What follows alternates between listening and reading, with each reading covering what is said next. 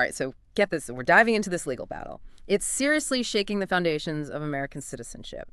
We've got court filings, news reports, all about a presidential executive order that targets birthright citizenship. And trust me, this goes way beyond the legal jargon. It's about who belongs in this country and how that even gets decided. Yeah, and what's really striking is how this executive order just like throws open the doors to a whole bunch of questions. Like, how do we interpret the Constitution?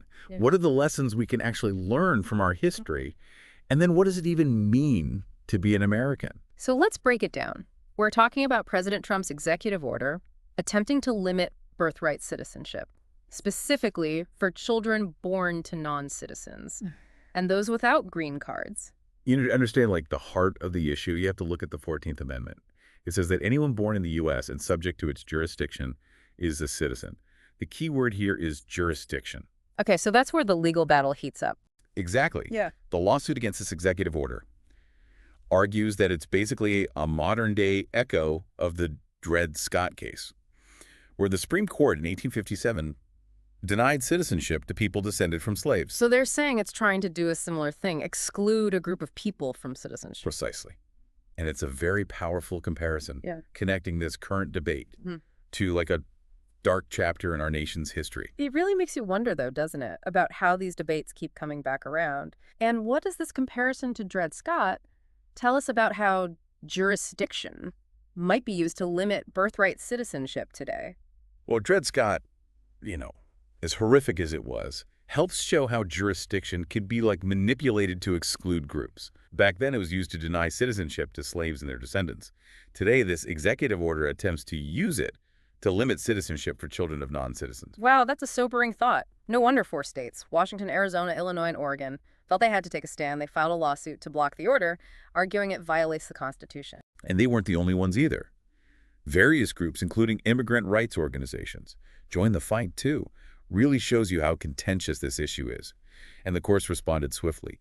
Senior U.S. District Judge John C. Coffiner, a Reagan appointee, mind you, temporarily blocked the order, even calling it blatantly unconstitutional. So he didn't mince words, clearly saw some major problems with the order's legality. Right. He put a 14-day hold on the order and was totally prepared to hear arguments for a permanent injunction, suggesting he saw real merit to the legal challenges. So this legal battle sounds like it's just getting started. But it's not just legal arguments, though, right? What are the potential real-world consequences, like if this executive order actually went through? Well, the states argued that if the order was implemented, they'd lose a ton of federal funding for important programs like Medicaid or the Children's Health Insurance Program or a CHIP. Okay, so a major financial blow to these states. Absolutely. And just think about the ripple effect. Loss of funding would put a huge burden on these states, forcing them to either find the money somewhere or cut back on essential services. And we haven't even touched on the human impact. We're talking about children born in the U.S. potentially being labeled undocumented, facing the possibility of deportation, or even becoming stateless. It's a heartbreaking thought. The potential consequences are massive. This executive order forces us to grapple with a big question. What does it even mean to belong to a nation? What happens when the whole idea of belonging is challenged? It really makes you think about the human stories behind all these legal battles. But of course, the Justice Department wasn't going to back down. They defended the order, claiming it's needed to fix what they call a broken immigration system and to address the crisis at the southern border. They also challenged the state's right to even sue, based on the potential for economic harm, arguing that a state doesn't actually have a legal interest in whether the federal government recognizes someone as a citizen. It's a very specific legal strategy, trying to undermine the state's standing in the lawsuit. Seems like they're really drawing a line in the sand, pushing a certain interpretation of the law, and challenging the state's right to even question it.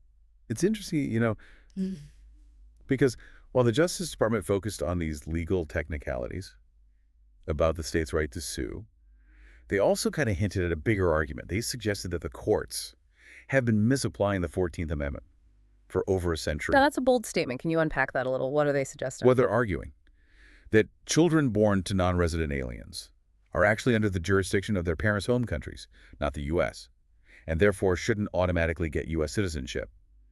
This challenges how we've understood the 14th Amendment and raises some interesting questions about how legal interpretations change over time. So they're essentially trying to rewrite history, reinterpret the Constitution, to fit their agenda.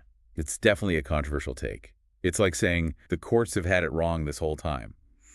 This case could potentially change how birthright citizenship is defined and how it's used in the future. Wow, the stakes are incredibly high. This isn't just some abstract legal debate. It has the potential to change how we see American citizenship, as we know it. Absolutely. And that's why this case has grabbed everyone's attention. It makes us face those really big questions about what it means to be American and who gets to decide that.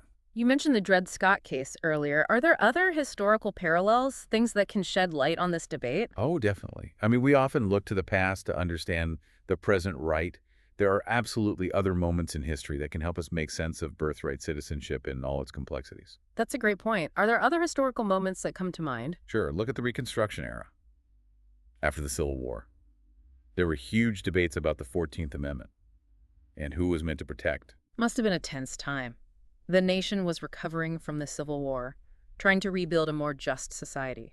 The question of citizenship would have been front and center. Exactly. And those debates from back then, they still resonate today. We're still struggling with the same questions. Inclusion, belonging, the meaning of citizenship in an increasingly diverse nation. It's like we're having this conversation across time, the struggles of the past informing our present, about immigration citizenship, national identity. Couldn't put it better myself. That's what makes history so relevant. It gives us context, perspective, a deeper understanding of the challenges we face today. Speaking of challenges, what are some of the key arguments on both sides of this fight, this legal battle over birthright citizenship? Feels like there's a lot at stake, both legally and politically. It's like a tug of war, each side pulling in opposite directions. Can you break down their main arguments for us? What are the core principles at play here?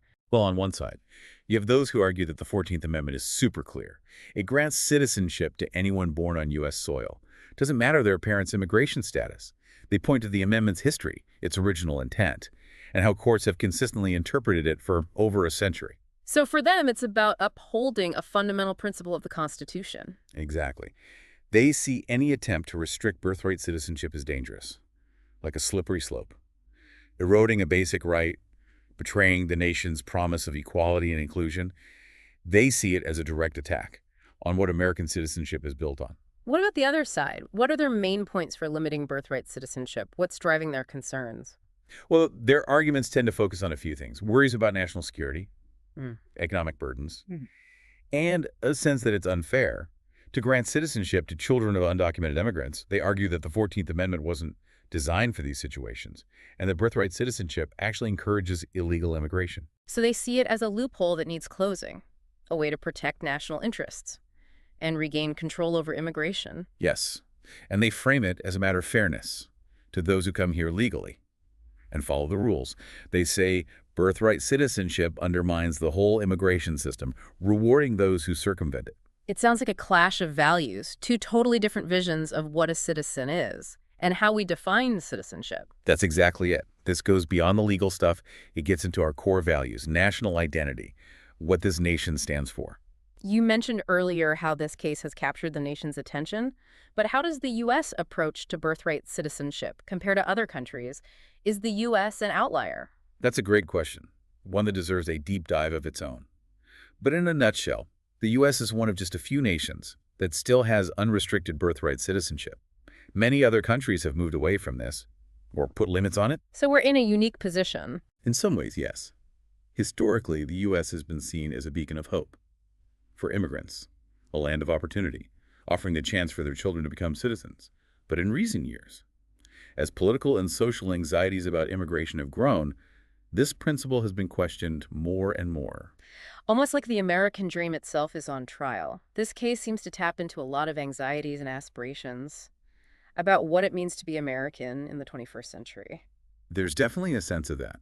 The debate over birthright citizenship goes to the core of who gets to be American and who gets to shape the future of this country.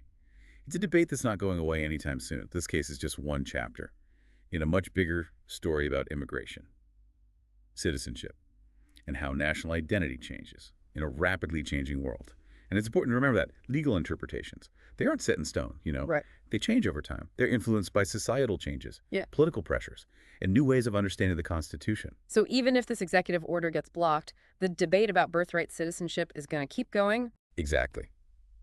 This case could set a precedent. That might affect future legal challenges.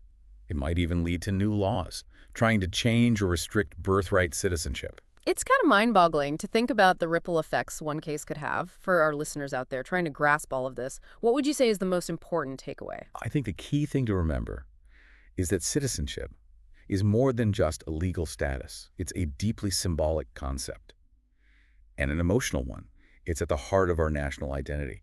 This case makes us confront those deeper questions about belonging, about who gets to decide who belongs, and what values we want as a nation. It's a good reminder that these aren't just abstract legal debates. They have real consequences for real people. Absolutely. The outcome of this case Right. could impact generations to come. It could shape the very fabric of American society and its promise of inclusion. We've definitely covered a lot today.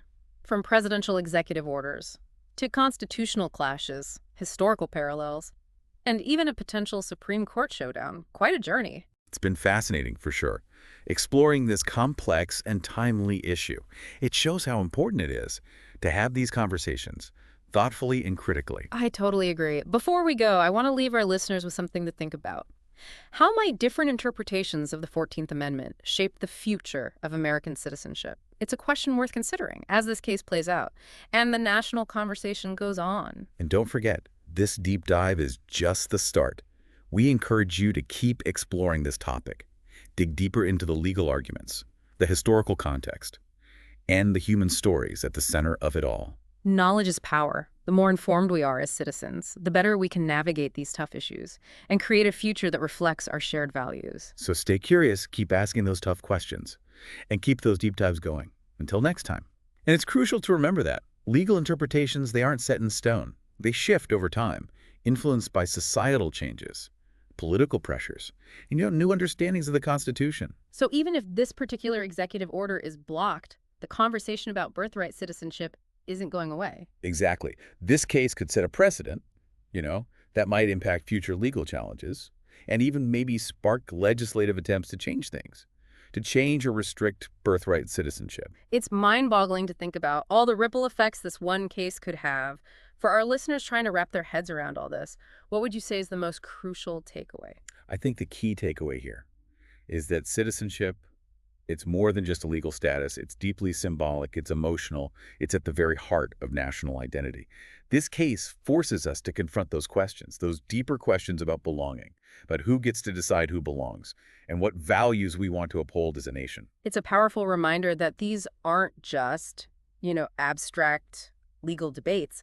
They have real-world consequences for real people. Absolutely. The outcome of this case could impact generations to come, shaping the very fabric of American society and its promise of inclusion. We've covered a lot of ground today, from presidential executive orders and constitutional clashes to historical parallels and the potential for this to go all the way to the Supreme Court. It's been quite a journey. It has been a fascinating exploration of a complex and timely issue, and it highlights how important it is to engage in these conversations, thoughtfully, critically. Couldn't agree more. Before we wrap up, I want to leave our listeners with something to ponder. How might different interpretations of the 14th Amendment shape the future of American citizenship? It's a question worth thinking about as this case unfolds and the national conversation continues. And remember, this deep dive, it's just the beginning. We encourage you to keep exploring this topic, dig deeper into the legal arguments, the historical context, and the human stories at the heart of this debate. Knowledge is power. The more informed we are as citizens, the better equipped we'll be to navigate these complex issues and create a future that reflects our shared values. So stay curious, keep asking those tough questions, and keep those deep dives going. Until next time.